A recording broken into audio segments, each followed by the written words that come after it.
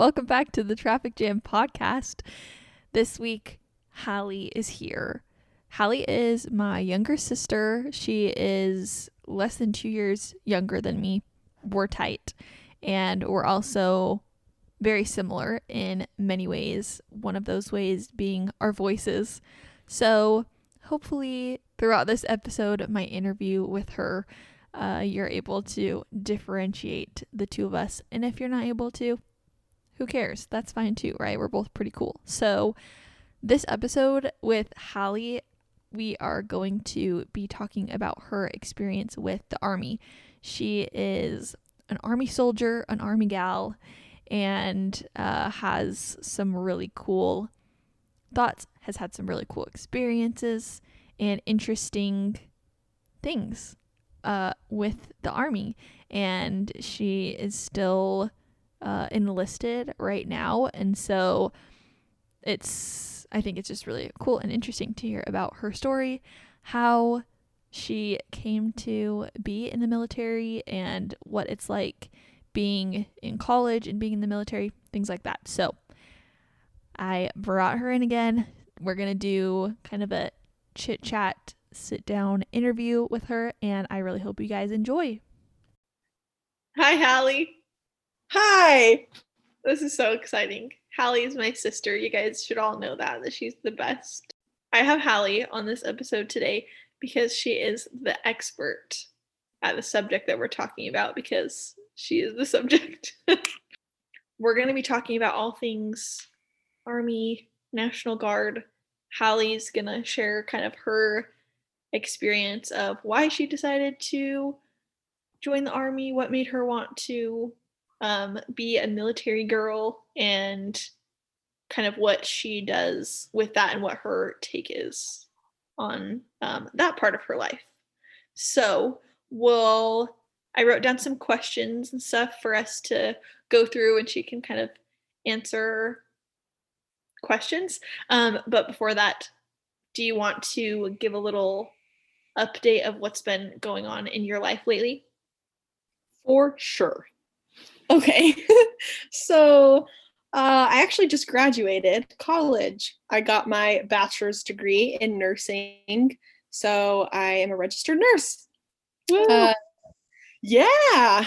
4 years of lots of anat and phys, math, chemistry, so many scary, stressful classes. And then the nursing program, which was even worse. But there was fun in between, and I am happy and sad to be graduated, but excited for the new stuff that's coming. So yeah, I graduated. Just last, this kind of my big thing right now. That was a big thing. Also, Halli and I are kind of in the same boat, which maybe we should talk about this in another episode too. Mm-hmm. That we were really passionate about the subjects that we were studying, and then at the point where like we were post program, post school, we're like, do we want to be doing this? What else is out there? Right? Am I right? Yeah, I agree. Yeah, I definitely am.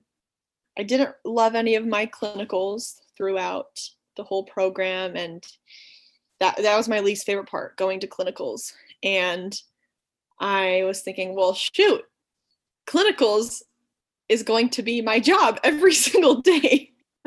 So yeah, but it's going to be okay. I think once I get into the field that I'm interested in and get more used to work and used to being a nurse, I think it will be okay. And if it's not, then we'll just figure it out. Yeah, we're on a journey. But okay, that was a good week or update, I guess. Not really week. Do you have anything to update on? Yeah, I was just gonna say that this week I've been working a lot more on art, which I think I have also talked about last time too. But that's pretty much been what I have been doing, because as you guys know, I'm on the hunt for a new job. And so during this in-between time, I've been doing some commission art, which is so exciting. I've never gotten paid to do art before, but I am really into drawing and watercolor, and I'm trying to get better at it. And I have been doing a lot of big pieces for someone. And when I say big pieces, I mean like I really have only had practice or experience on normal page size watercolor paper or smaller, but the work that I've been doing for this person is like one of them is like 22 inches by 12, one's like 18 by something else. So they're big pieces, and that's been really fun to work on. And it's challenged me to be more confident in myself, be like, okay, I know how to do this. Like I can be an artist, and like I can do this. So that's been an exciting experience. Nice. Yeah. Okay. Hallie, please tell us they have a traffic jam of the week. Something something negative, something annoying, something that grinds your gears. Tell us what it is. I have a traffic jam that lasts all week long this week. Or maybe it was last week. I don't know. I think it's this week. For those of you who don't know, it's Shark Week. And my traffic jam is that it's Shark Week because every time you turn on the TV, there are sharks on the screen. Everywhere you go, there's an ad for sharks. And even at Crumble. Yes, as you all know, probably Crumble, all the cookie places, everywhere it's Shark Week. They're all celebrating. So that's been a great inconvenience for me. I guess I should explain that I don't like sharks. They scare me, and looking at them scares me. Looking at the water scares me. Being in the water scares me. Guys, she's not just saying that. Like, actually, she's like deathly afraid of them. Here, I'll give an example. So I don't remember what movie we were watching years ago. Like, I think I was maybe a freshman in high school or something. And I think the trailer for it was like 27 meters down, or the Megalodon. It was something, the Meg, something like that. The trailer came on and I panicked. So I had to run out of the theater and wait until the trailer was over. And I might have cried a little. And then I came back in and then watched the movie. Here's another example. One time, I think I was probably younger than this, maybe like middle school or something.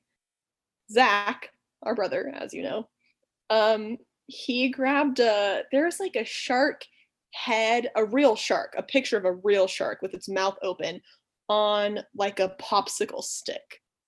Can you picture it? Like, so I turned around in Walmart, and he like shoved it in my face as I turned around, and I lost my mind. It was so scary. I started crying right there in the middle of Walmart after I ran away. So anyway, unfortunately, it is Shark Week. And that's my traffic jam. That is a great traffic jam because they're everywhere you turn, it sounds like. Yeah, I don't think I even knew that Shark Week had a designated week. I thought Shark Week was a TV show or something, but apparently Shark Week is the week where like tons of shows about sharks come on, I guess. Yeah, I don't know why it's like this specific week, but it's like it's a set week in July in the summer, right? Great. Yes, I did do some research on it to find out why I was seeing sharks everywhere.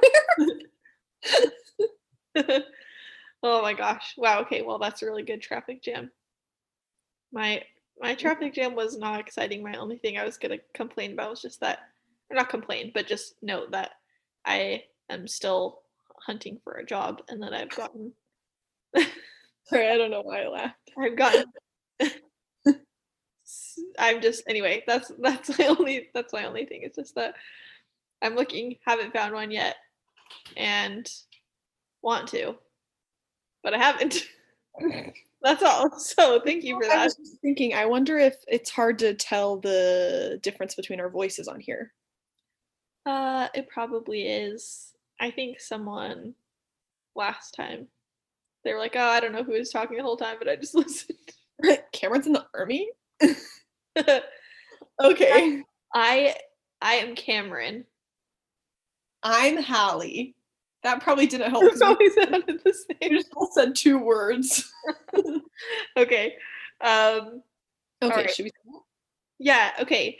So I thought it would be helpful for you to start maybe just talking about like your personality or just like your, I don't know, does that make sense? Like your personality, you're like kind of how you are, and maybe like you could talk about like being a one. And Oh, yeah.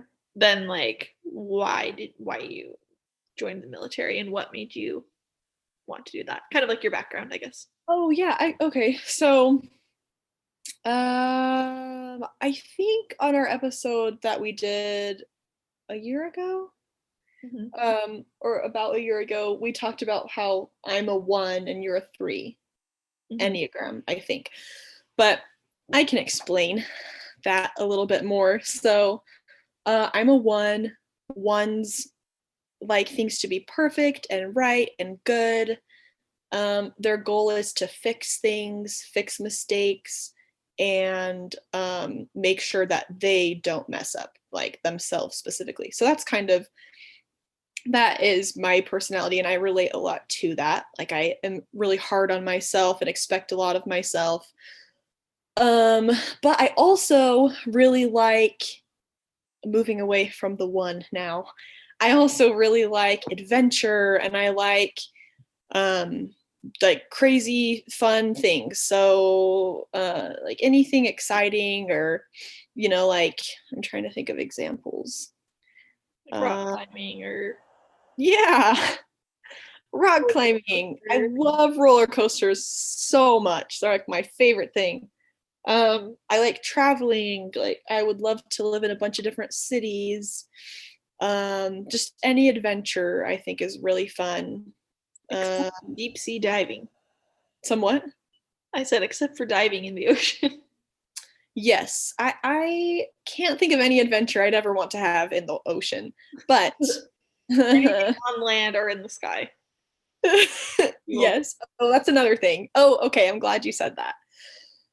I really want to learn how to fly like a jet. You know how they do in Top Gun? Mm-hmm. Do you think that would be fun? I think you would be great at that.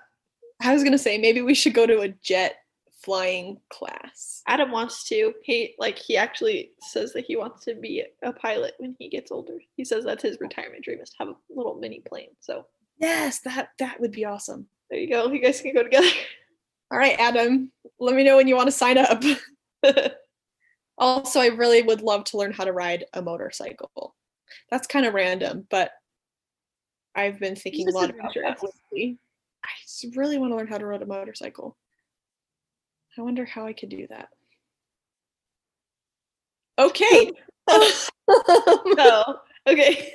Let's get back on track. So that's kind of like who you are, how people would describe you, how you describe yourself. So how old were you when you first like heard about joining the army? What you could talk about, like maybe talk about grandpa a little bit or feeling like patriotic and stuff, and then like when that like happened that you decided to join.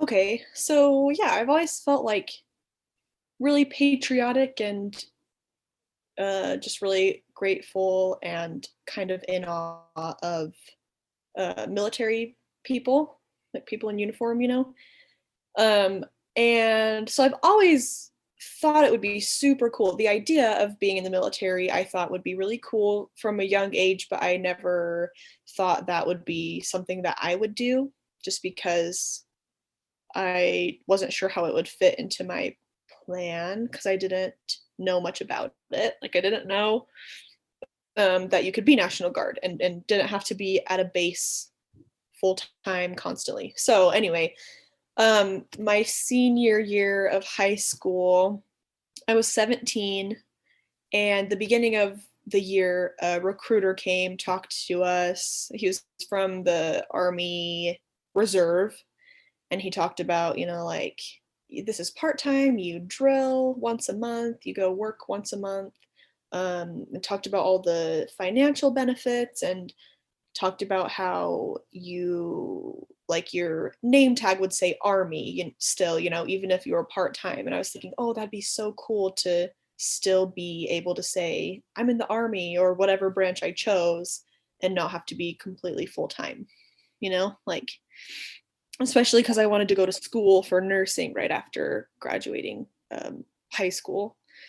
So I went home, told our parents about it, and they were like, oh, that's cool. And that was it. Like, they thought it was just kind of a fun idea. But they were like, but you don't want to do that, right? Like, you've never said anything about that. And I was like, yeah, okay, I guess not. So I kind of like forgot about it for a few months and tried to just stay on the path that I was on. And then I kept running into things like I would see a recruiting sign for the Army, or I would, like, another recruiter came to our school, or I would run into someone from our church that was in the military, like, so I just kept thinking about military stuff. And then finally I just decided, I was in the last semester of high school, and I just decided that I wanted to look more into it seriously, and I wanted to join the military. So I learned about the Army National Guard through a friend at church, and he explained that the National Guard was like the reserve, but it was funded through the state, and that's better, whatever. Anyway, so I looked into the National Guard more and talked to a recruiter and kind of got on the path to joining the Army National Guard.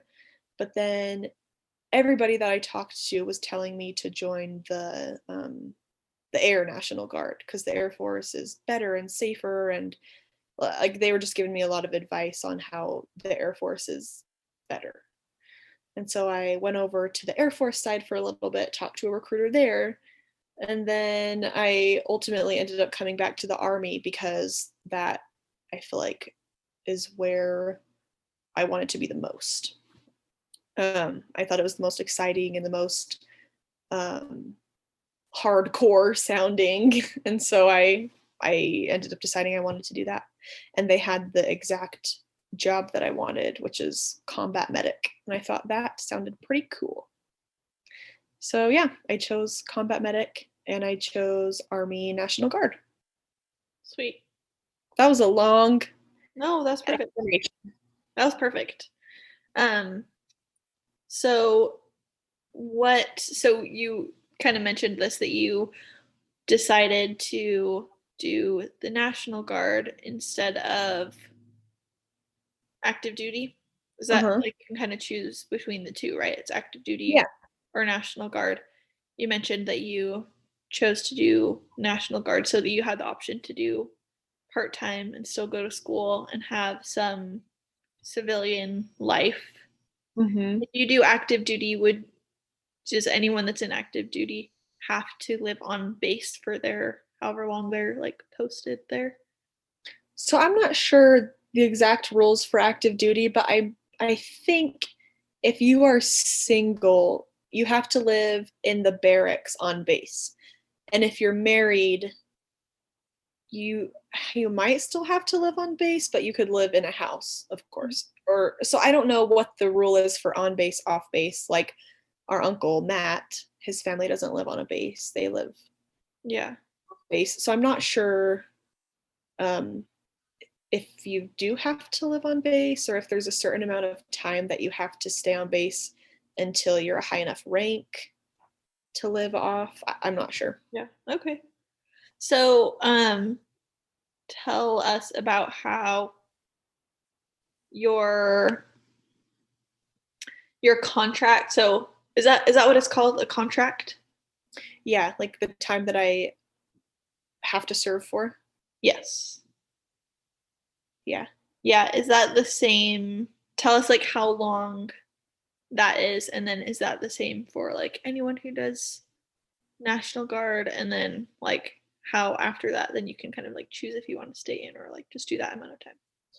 So my contract is 6 years. It's 8 years total, but the last 2 years you're inactive. So you don't go to drill or anything, but you are still available for 2 years to be activated if the president chooses to activate. If Okay. the president chooses to activate you are still able to get called in for 2 more years. But so my contract is 6 years of drilling. I've done 4 years so far, so I have 2 years left of my first contract. And then towards the end of that, you can decide if you want to reenlist for another year or another 2 years or 6 years. So you just kind of decide as you get closer to the end of each contract what you want to do as far as time serving. Yeah. Okay. What was before I'm really excited for you to talk a little bit about basic training and AIT and like more about your specialty.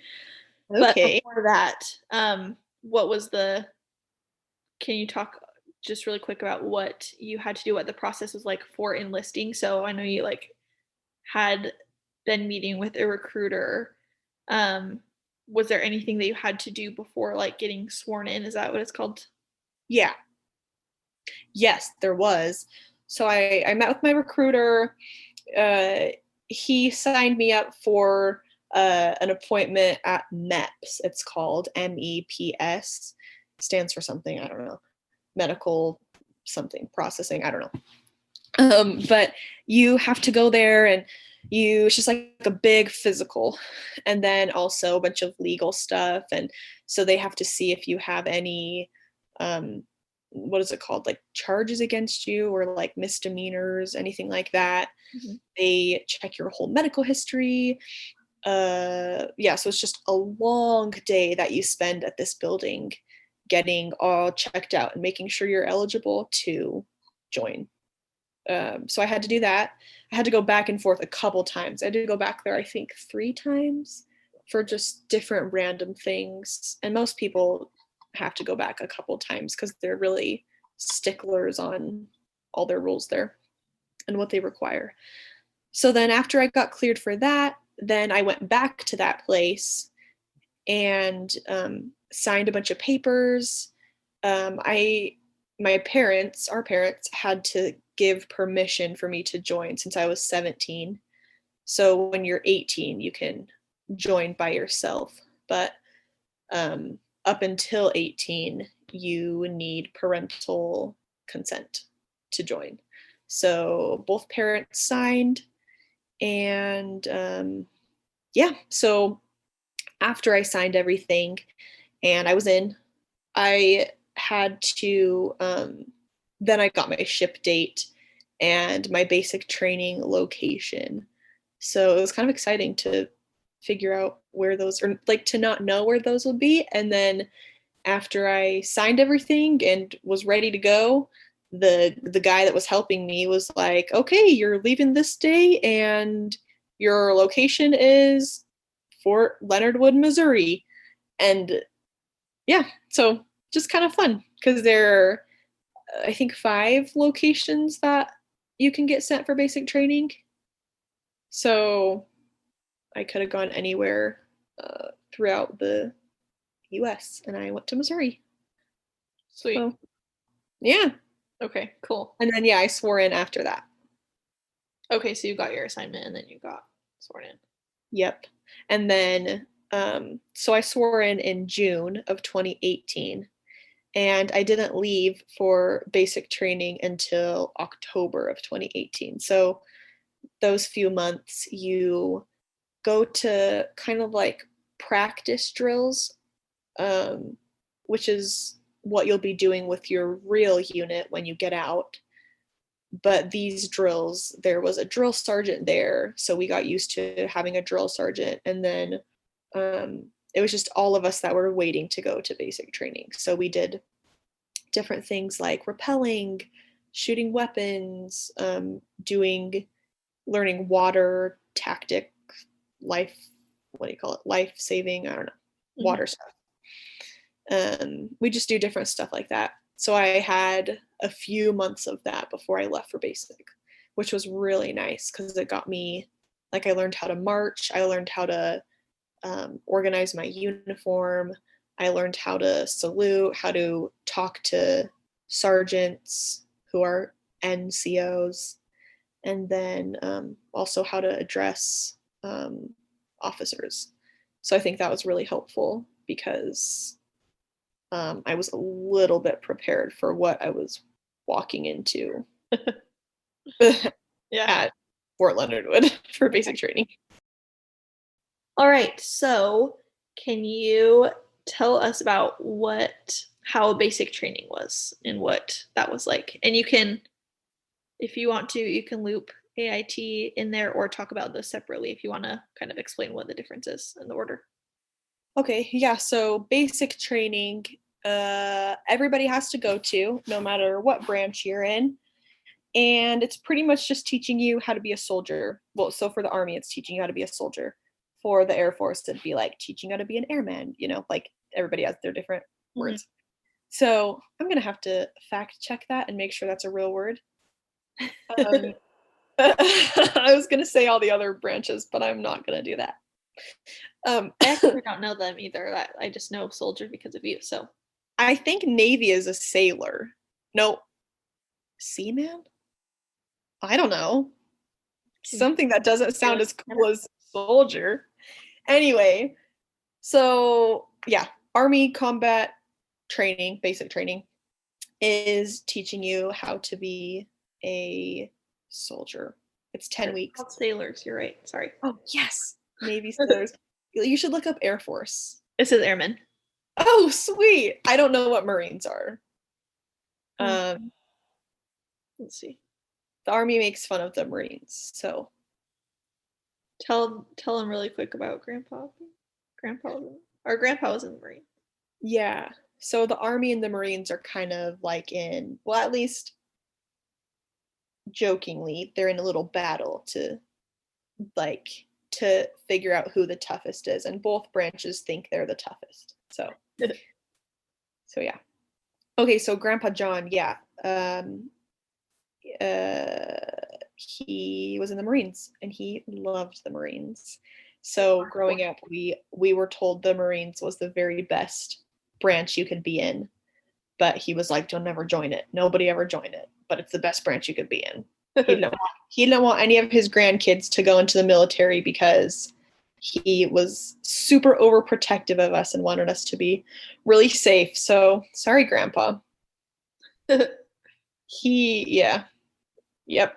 It says those in the Marine Corps are just called Marines.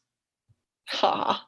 They don't have a name, losers. So sailors, Marines, airmen, soldiers, and then Coast Guard. There's also the Coast Guard. Coast Guard. Cool. Okay. So okay, basic training. So it's 10 weeks long.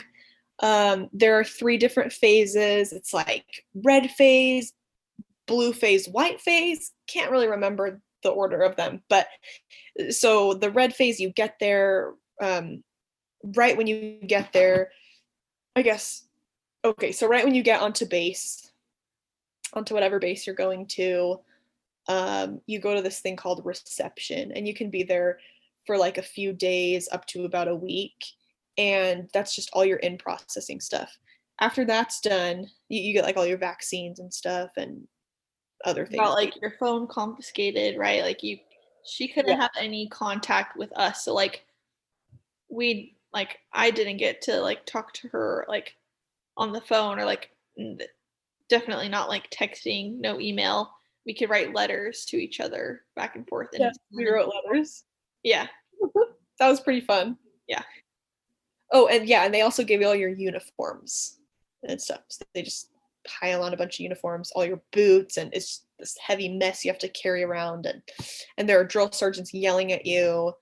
Uh, so that's crazy at reception. And then you get bussed over to your company at basic training, and that's where you meet your drill sergeants, your platoon, your company, and that is when your drill sergeants like go crazy. So you get off the bus, you're holding all your bags, and they are just attacking you. It's actually called shark attack the first day. um, they just come attack you, they make you hold your bags over your head, they smoke you, and smoking is just it's usually doing push-ups or the plank. um, but it's just humiliating you. I mean, they can have you do anything dumb that makes you embarrassed and sad and sore. So so yeah, just like smoking us for for looking at them, or for looking a certain way. Like they were just attacking us that first day. The first day was rough. Well, actually the first week or so, they would come wake us up in the middle of the night, smoke us, let us go back to bed for 30 minutes, come smoke us again. So the first week we were just exhausted because we got just a couple hours of sleep every night because we were getting smoked all night. They'd have us like run outside and do stuff and come inside, change our uniforms, all the funny fun stuff. So that was like the first week, and then it just became normal. So like you kind of got into the swing of things pretty quickly because you knew right away if you talked, or if you looked at a drill sergeant, or if you did anything that you weren't supposed to do, you would get smoked horribly. So like was pretty everybody, how do I say it? Like they learned how to act pretty quickly. Yeah, yeah. So yeah, we basic training, we got to do like some fun, cool things. One of my favorite things we did was the obstacle course. So it's just like this cool obstacle course that you run through, and just like super cool things like these monkey bars, and you have to climb up walls that are slanted so you feel like you're climbing upside down, and you have to crawl under barbed wire in the mud, and you have to jump over logs, and like it's super cool and super weird. And I think that basic training is like the only place that you could do something like this, like those weird obstacle courses. And then another favorite thing that we did of mine was rappelling. We got to rappel off this huge tower, and that was just awesome. I loved that. And then I'm trying to think of other things that I should talk about. Oh, we would go to get food, like to get our meals. We'd get marched to the little cafeteria place 3 days a week. Nope. Three meals a day. Going out fed 3 days a week. 3 days a week. We marched to the cafeteria, and so the cafeteria was just like a funny thing. They call it the DFAC, which stands for something food, something cafeteria. I don't know. So you'd get your little tray, and you'd have to have your hands flat down on the tray, and everybody's trays had to be touching as you walked down the line. And if there was a gap in the line of trays, you'd get smoked. So you had to keep no gap in the line of trays, and you had to sidestep. So you couldn't ever turn to your side and walk forward, or forward and walk forward. You had to sidestep through the line. And that sounds so stupid right now. So you had to do that, and then you had to yell really loud what you wanted to the cooks, and then you had to walk right to your seat. And also you would get a cup, and they had the machines where you push the button and stuff comes out. But I think the drinks were like juice, chocolate milk, or normal milk, water, like a few different kinds of juice, and you just had to you couldn't choose what you wanted. So you had to, whatever thing you landed on, like if the person next to you was at the water and you landed on juice, like apple juice. You had to drink apple juice. You had to get it. And then like the next person would come through and they'd try to pick their drink and they would get smoked. And so just weird things like that. You just had to eat whatever they told you, drink whatever they told you. And when you sat down, you had to eat super fast, right? Like scarf it down. Yeah, super, super fast. You couldn't talk while you ate. You had to sit there and look forward and eat. And then another funny thing that you had to do, you sit your tray down at the table and you'd have to stand at attention. So you have to look forward, can't move until the last person gets to the table. And then they yelled some random thing that they taught us to yell. I don't remember what it is.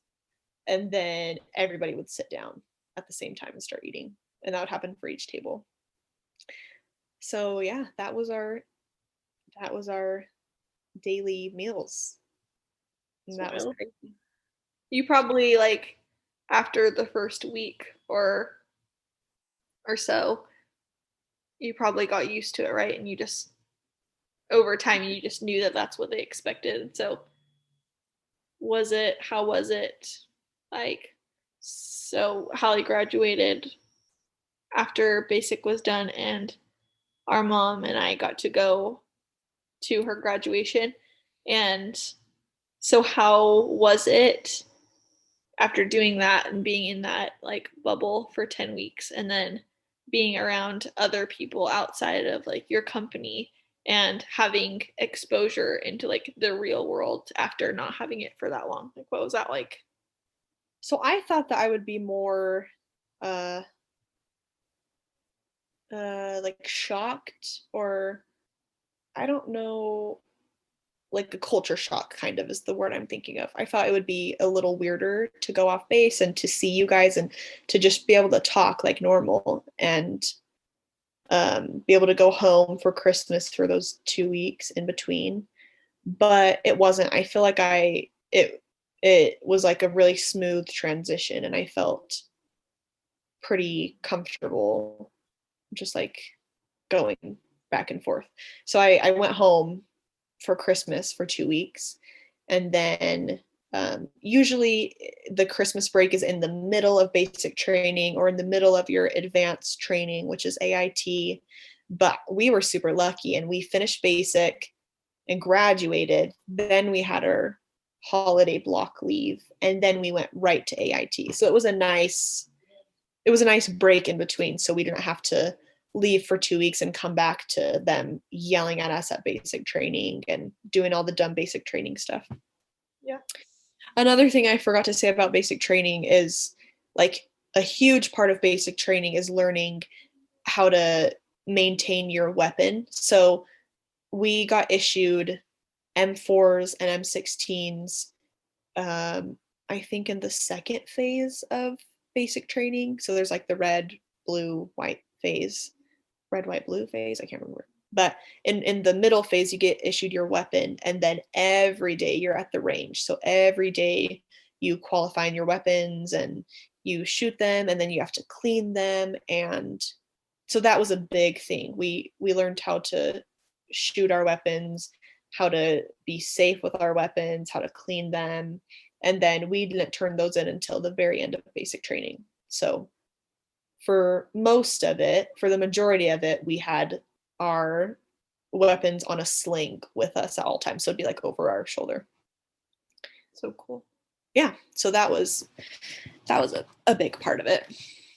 You should also, before moving to AIT, about the ruck marches, right? Oh, okay. Yeah. Those were also big parts of it. I'm forgetting all the important parts.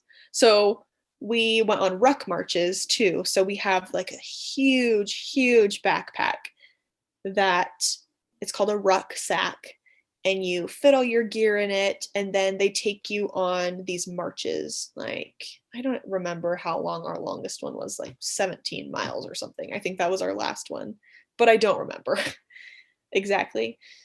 So we had 3 big ones, and you would just go out, march, and either shoot your weapons, or I'm trying to think of what else we did on our rec marches.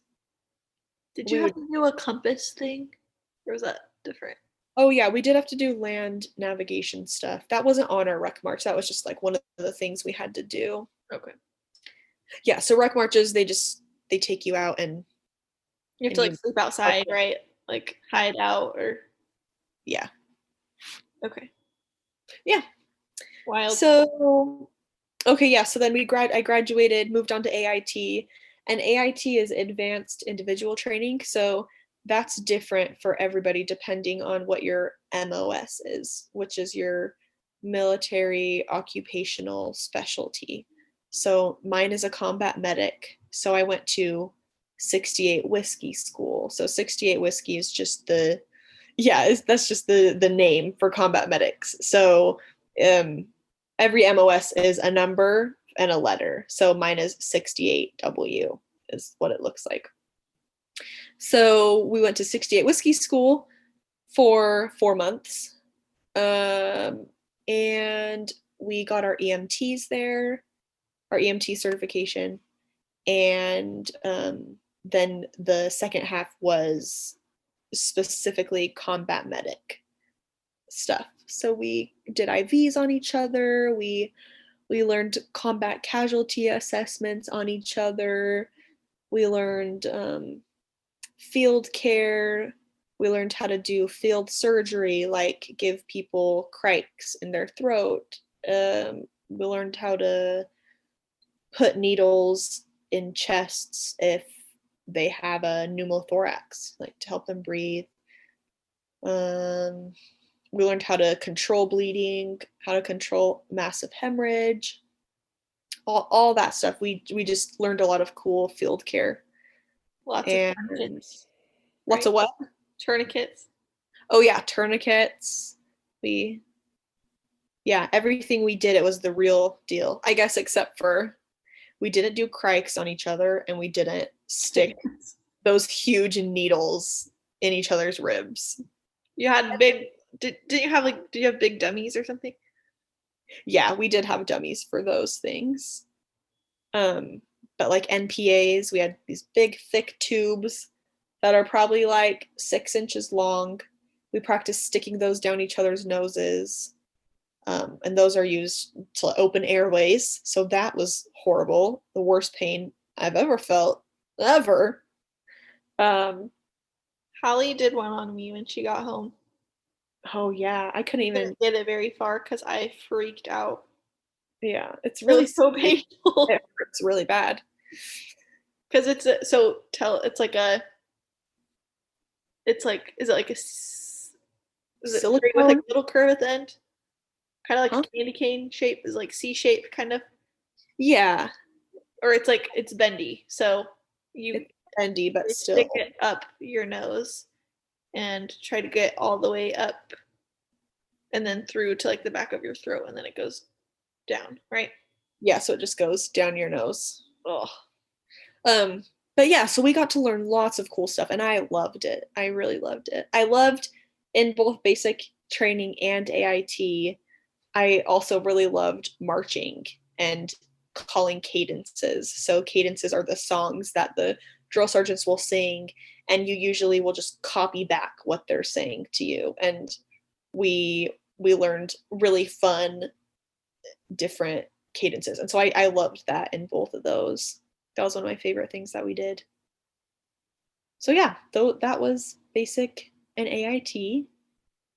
And that AIT was not in Missouri, it was in Texas. Yes, it was at Fort Sam Houston in San Antonio. So there are tons of AIT locations that all the soldiers go to do their specific training. Okay. Cool. Yeah. Okay, I have a few more like speed round questions. Okay. First, how did you choose your MOS, your specialty? What made you decide that? Did you know already? So I knew that I wanted something medical and emergency like. And I looked over the list and I saw combat medic, and I just did a lot of research on combat medic, and that was the only one that I wanted. Like I knew that I wanted to be a combat medic, but I wanted to do like trauma field care stuff. And so yeah, I just chose it based on like my interests, because I knew I was going into nursing, so I knew I really liked medical stuff and taking care of people. And I thought the idea of, I always pictured like dragging a casualty off the field and then shooting back at the plane that was shooting at us or whatever. And I was like, oh, that would be so cool if someday I get to do that. So that was, I thought it was just such an exciting job and such a cool job where you can help people who are super scared. That's awesome. Very cool. Yeah. Okay. What surprised you the most about being in the Army? Just in general, anything, something that you didn't expect? Ooh. Um, I think I didn't expect the friendships that I would make, like especially in basic training. I was friends with a few people that I still am friends with. And we don't really keep in touch much, but like um we'll text every so often. I haven't texted in like over a year, but I just think it's cool that those people I will always remember and always keep in touch with. And then like now, while I'm National Guard, just drilling every month, the unit that I'm in, I love. And the people that I'm friends with, I will be friends with forever. And so I think that surprised me, that I would make some of my best friends in the Army. I definitely thought it would be kind of a side job that I would do once a month and not ever see those people throughout the month and then see them again at drill. And it's just been so different. That's how it was for a while when I was in a unit that I didn't really like. But then I got transferred to be closer to my school, so I didn't have to drive as far. And this unit has been really awesome. So yeah, it's been, the friends that I've made are, that was a fun surprise, I guess, like a fun, I don't know. Yeah, that's a good answer. Cool. Yeah, something cool that came from being in the Army. Oh, sorry. Oh, go ahead. I was just gonna say you probably just have you have a really unique and like special bond with them because of this experience that you guys went through together that a lot of people don't go through. Yeah, I think it's cool. And I think in the military, like those people that are in the military know, like you totally speak a different language at drill and in the military. And so to be with those people at drill and to just understand everything that they're talking about and be like, oh yeah, I totally get that, and be able to joke about that or be angry about something. It's just, it's so nice to have that group of people who totally understand that world, which is so different from civilian life. Yeah. So yeah, that's cool too. Sweet. Yeah. Okay, last question. Do you have any advice for someone maybe like thinking about joining the military, or like, yeah, like what would you say to them is like with your experience so far? Okay. I would say, especially when you're joining the military or looking into it and talking to recruiters, ask a lot of questions. Ask as many questions as you want. Um, I think recruiters sometimes try to rush you through the enlistment process so that they can just get you to sign really quick and then get to the next person to start helping enlist into the military. And so I think taking your time and doing research and asking questions is definitely helping you in the long run. And I also think people shouldn't be like shouldn't feel like you owe anything to your recruiters. or that you need to stick around, like, oh, I've already been invested for a few months and I'm going to leave and they're going to feel bad. I remember thinking that when I left my Army National Guard recruiter to go talk to the Air National Guard recruiter. And then again, when I left the Air Guard recruiter to go to the Army National Guard recruiter. And so I think just doing what's best for you is good. And I think that will benefit you in the long run, because I think that things would have turned out really differently for me if I would have done the Air Guard. I'm sure it would be great, but I am just so glad that I've done the Army. So I think, my advice would be taking time to research and going with your gut, because going with my gut with the Army was super scary and felt kind of wrong, but also mostly right. And so I think just going with your gut as good as you can, and advocating for yourself is good with the military.